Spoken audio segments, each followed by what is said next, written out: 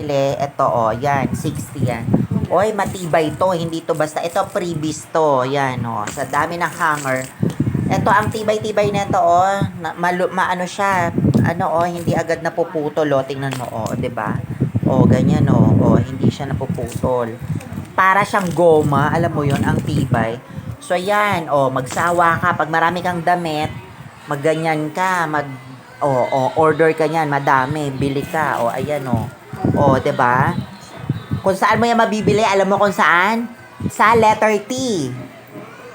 T-O-T. Okay. M. So, ganon. Alam mo na yung letter T, yung pinakasikat. So, kung saan sikat, parang artista, doon ka bibili. Ang galing nga, any seller, ano siya. Oh, padala siya ng freebies, dalawa. Yung sabitan ng mga panty, mga brief, yung mga panyo, yan, oh, 'di ba, winner. Magkano isa neto sa ano, diyan sa Divisoria price, 50 pesos.